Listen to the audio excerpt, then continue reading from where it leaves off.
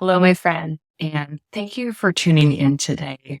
Today, we're going to be talking about something that I've been hearing over and over again from physicians that I think is a major roadblock to us feeling like we are doing a good job.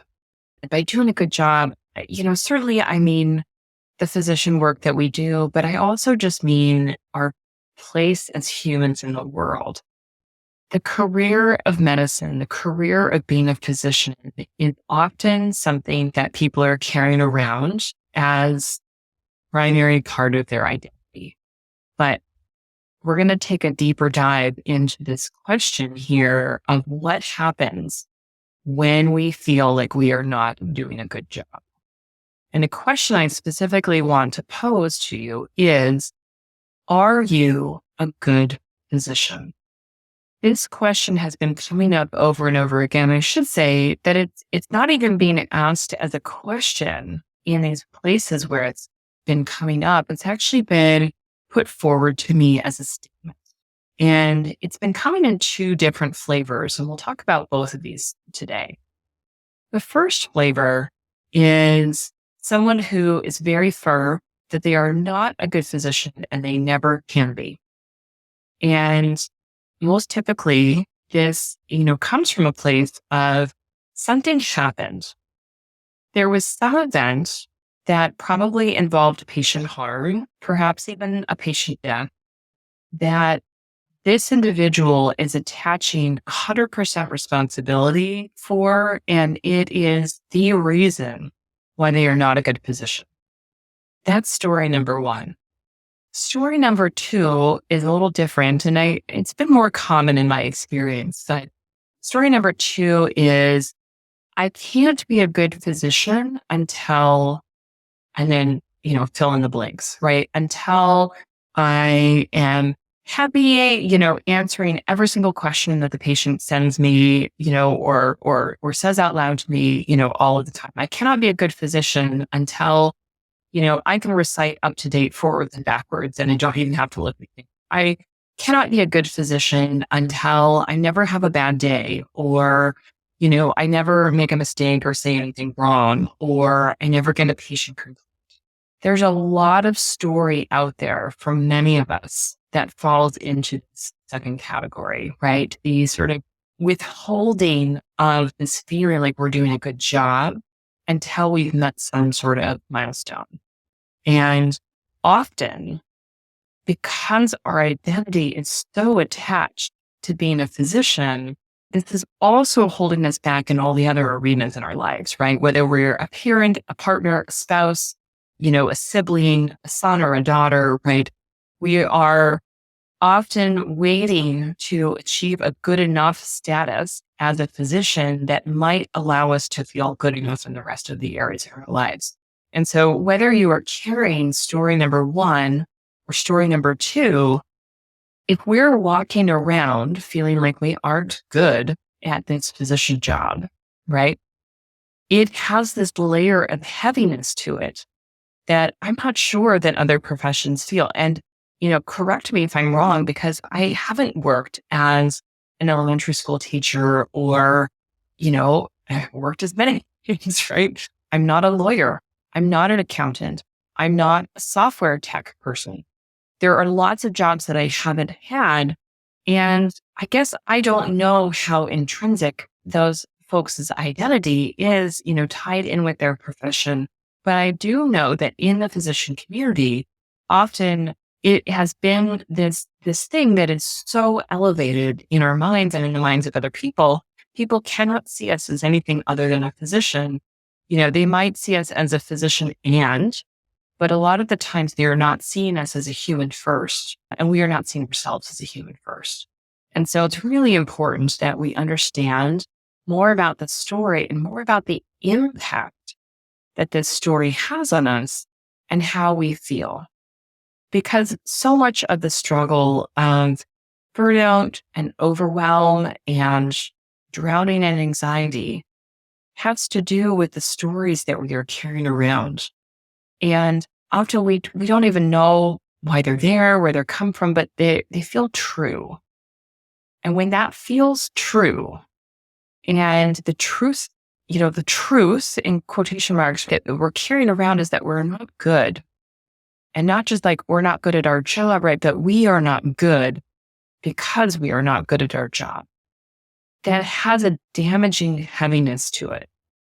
And certainly I don't have to mention that physician suicide is a very real phenomenon. And that's not what we're going to focus on today, but I think it's so important that we recognize the insidious nature of not feeling like we are good and how that can lead to these devastating outcomes as well. So let's talk about it. I'd love for you to answer the question, are you a good physician? Are you a good physician? And see what immediately pops to mind, right? Are you carrying one of these stories around? Because when we are, we need to really dive in and understand. And when I think back to times in my life, I believed I was a good physician. I believed that I did good work because I was, really popular with patients and, for the most part, staff really enjoyed working with me. So I could see that I must have been doing at least some of the things right. But of course, I could also pay so much attention to where I was falling short, right? I, would run late. I don't consider myself the most advanced diagnostician. I'm a family practice physician. I'm not going to figure out all the weird zebras that are out there, right? I'm not going to know all the weird patterns and I'm not going to know how everything changes, right? And I carried that as part of my identity of like, yeah, no, I'm bottom of the totem pole.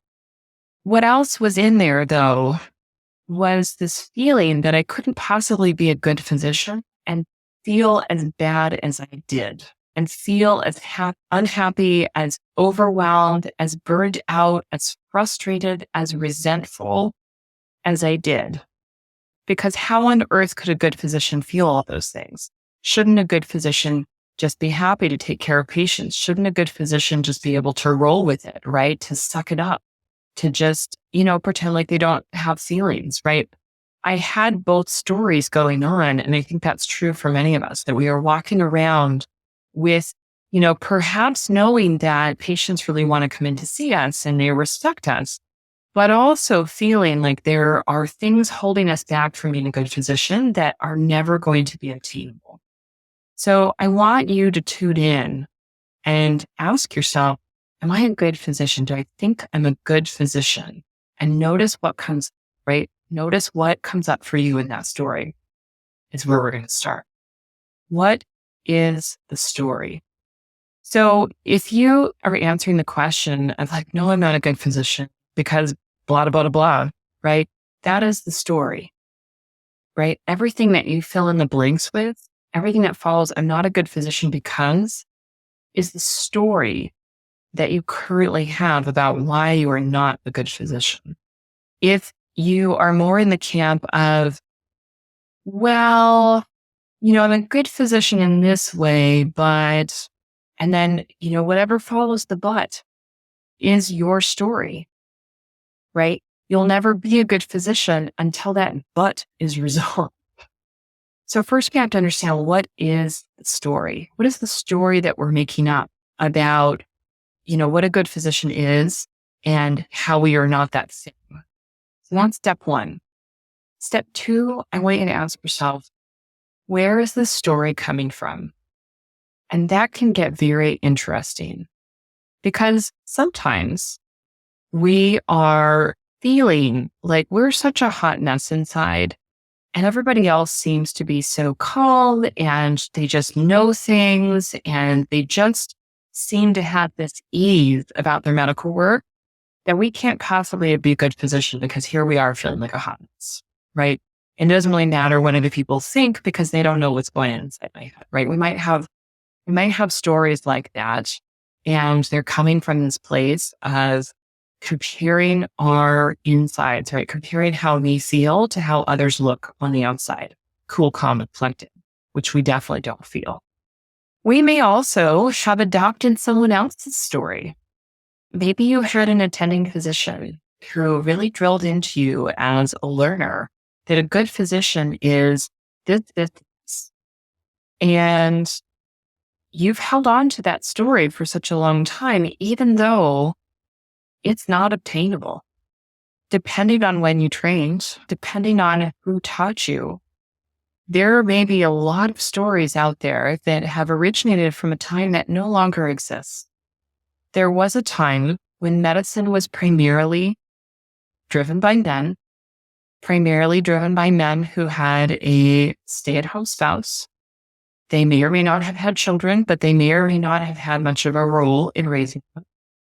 They may or may not have been very involved in anything going on in the home. And, if we think back to the origins of the CME conference, that was designed to have doctors take a break, right? Take some kind of vacation, right? They said, well, maybe if we have a conference that is medical and we have it for part of the day, but we put it in this men's place, maybe they'll step out and, take somewhat of a vacation, right? That's some of the origins of the CMA conference in Hawaii or Disney World or, wherever.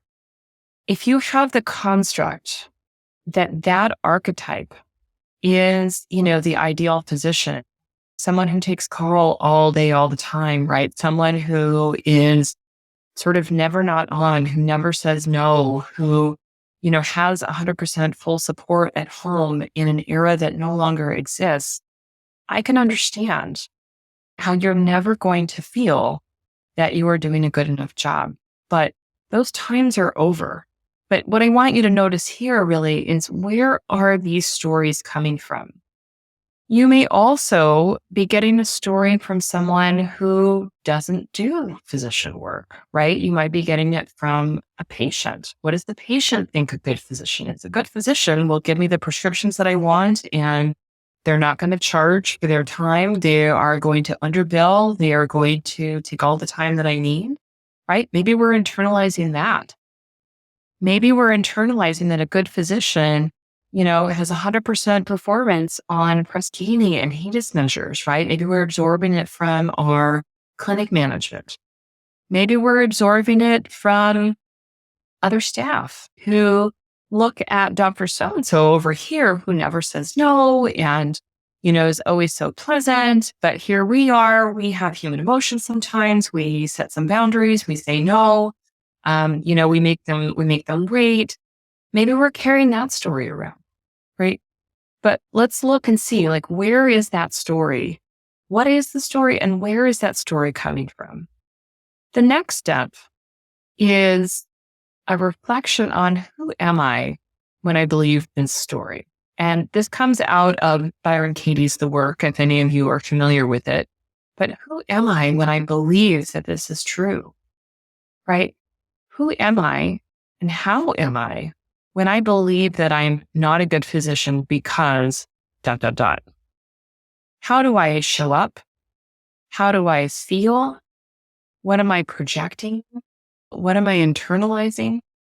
So many of us are walking around with the story of not being good enough, and we're sitting in rooms with patients who are expressing all of their copious dismays with the very broken healthcare system in which we are participating, right? They've had long wait times. They've had a delayed diagnosis. They don't like that their prescriptions cost that much money. They don't like the way that a specialist treats them. There's a litany of complaints, and some are very legitimate, right? And some are more first world in nature. But regardless, if we have the story that we aren't good enough because blah, blah, blah, and we're sitting in this environment where we're getting more feedback about how we are part of the system that is failing our patients, or, we're in some meeting about how we're not meeting some productivity metric, even though we feel like we're drowning. How damaging is it to feel this complete lack of confidence in ourselves? It's huge. It's heavy. It's tremendous. This isn't helping us. Who am I when I believe the story that I'm not doing a good job, that I'm not capable of doing a good job, or that I will only be doing a good job when I no longer have human emotions, when I no longer make mistakes, when I do everything just so?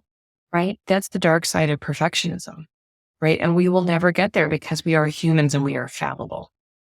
The final part of this practice, this exercise, is checking in to see what would happen if I let go of this story about not being good enough.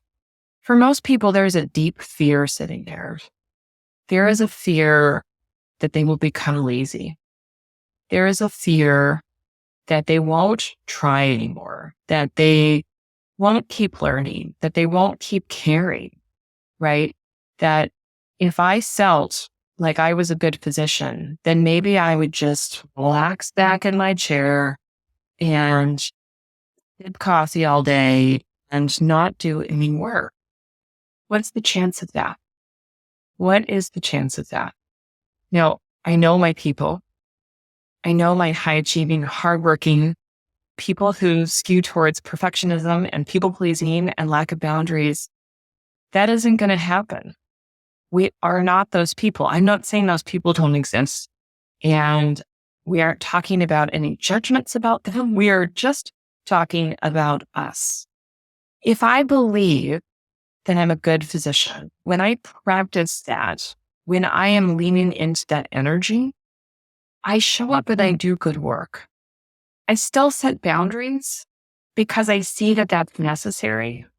I choose to say no, knowing that I'm going to disappoint some people, but I no longer hold my self-worth tied up to other people's notions. I know that I'm doing a good job, and I know that I am not going to be the right flavor for every person. And I know that I'm not going to be the only person participating in this person's healthcare, right? There are a lot of things that I am baking into this, but this person's health outcomes are not fully fixed on me. And when I show up and do my best, and I do the things that I know how to do, when I learn and grow from a place of curiosity and healthy striving and not perfectionism, that is me showing up as a good physician. I still make mistakes. Of course I do. And so will you. But how would you show up? How would life feel if you trusted that you were a good physician, right? If you know you're going to make mistakes, but you are going to have your own back, you are going to take care of your patient, right? You are going to get the help that they need. You are going to figure it out. You're going to be there with. You are going to understand that not all disease is curable. You are going to understand that not everybody will take your advice, that not everybody will follow your directions, that not everyone will respond as you expect them to do. But you will no longer tie those things to whether or not you're a good physician. If you work in a large healthcare system, especially one that employs, HEDIS metrics and all of these things, you may be receiving the constant message that you are not a good physician because you don't have patients who are 100% on their mark, right? When I was an employed physician previously, I worked in a part of the county where we had a disproportionate amount of diabetes. We had, disproportionate amounts of obesity, and we had a lot of people who were poorly controlled in their disease states. Now, did we work hard to try and reverse that? Yes. Did it always work? No. Did patients always, quote unquote, comply? No. Sometimes they were choosing not to do so because they were so overwhelmed taking care of their grandkids and blah, blah, blah, blah, blah, right? All of their very real socioeconomic stressors. Sometimes they didn't think their chronic disease was important. Sometimes they probably didn't understand what was going on, no matter how many times we had talked about it, right? There were a lot of barriers. Sometimes they just didn't want to stop what they were doing. There were a lot of barriers, as there is everywhere in healthcare, about why they may not be, quote unquote, in control, right? Why they are, quote unquote, not compliant. But that doesn't have anything to do with my skill as a physician. That doesn't mean that they didn't have access to, resources and, yes, imperfect, right? Because we know that the American healthcare system is foundationally struggling with racism. It has for a long time with, poor access for low socioeconomic status folks, right? Struggles with, language barrier. Like there's all sorts of problems, but we cannot tie all of those outcomes to whether or not we are a good physician because most of it is outside of our control. It is something like 20% of the healthcare that a person receives influences their health status. That's the Pareto principle of work, right? Most of what influences their health is stuff that is outside of us. But again, if I'm carrying the story that I can't be a good physician until everybody's in control, until, all these measures are perfect, until my patients understand 110% what is going on with them and what they need to do when they walk out the door, until everybody likes me, until I never have a bad day, until I never make a mistake, until I'm never grumpy or upset or annoyed that somebody is 15 minutes late for their 20-minute appointments. If I'm holding out that I can't be a good physician until I will never get there. If I'm walking around with the story that I am not a good physician, I will never be able to lean into my potential. I will never be able to show up fully in that space. I will always be hustling for my worth and I will never get there. That is a very real contributor to burnout because we are creating an unwinnable game. And I think it's very important to acknowledge that this is an essential part of burnout, and it is not one that someone else can fix for us. We can do it in partnership with people, right? If you work with a therapist, a coach, someone who's supporting you, you can do the work together, but no one can actually change your thoughts for you. No one can get into your head and undo that. And if you cannot undo that story, it is very difficult to come out of burnout, right? Because we will always feel like a failure. It's important to acknowledge that that is not the only component of burnout, but it is one that is often missed because we want to solve burnout with vacation or FMLA leave or switching jobs or taking, decreasing our FTE. We want to solve burnout with these things, and it makes total sense that we do. But until we undo that story about how we're not a good physician, we're not going to fix this. What happens if you show up comfortable and confident in the notion that you are a good physician or that you just might be one? How does that change things for you? Again, we might have this very real fear that will make us lazy, that will make us sloppy, that will lead to all kinds of pains and problems. And I just want to tell you it's not true. It also doesn't make you an asshole. Being willing to settle into this place where you think, I do good work. I take care of patients. I am not fully able to cure all disease. I am not fully able to undo the woes of the healthcare system. I am not fully able to manhandle all diseases into submission, right? I am not able to convince all my patients that they need to do X, Y, and Z thing to get better, right? But I will no longer tie my self-worth as a physician or as a human to those outcomes. That's me taking a deep breath. This work is real.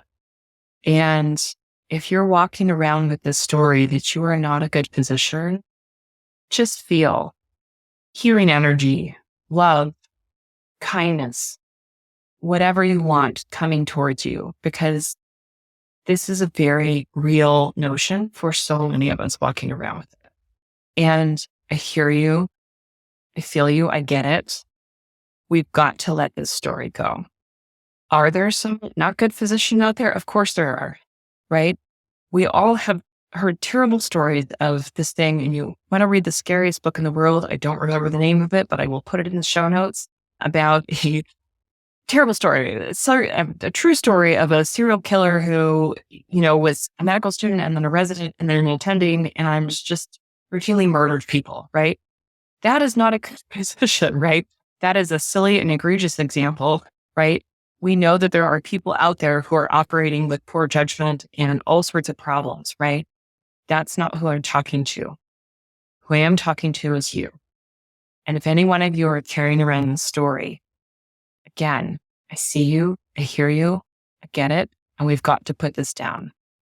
Even if something happened to one of your patients, even if you don't have all the green zones on your HEDIS measures, your press key, right? Even if people have complained, even if people don't like you, right? Even if you run behind, even if you say no, if we're walking around with this story, we've got to let it go.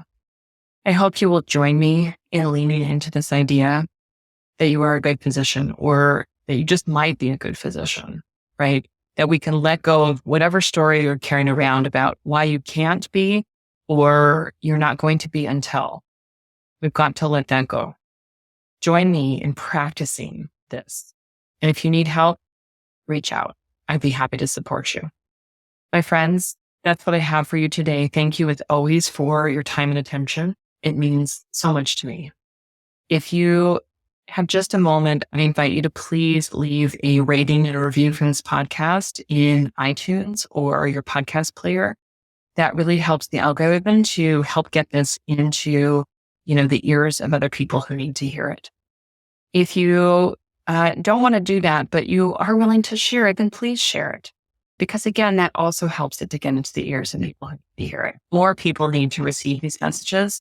And I'm so grateful for you taking the time to share, rate, and review. Have a wonderful week, and I'll see you soon. Bye-bye.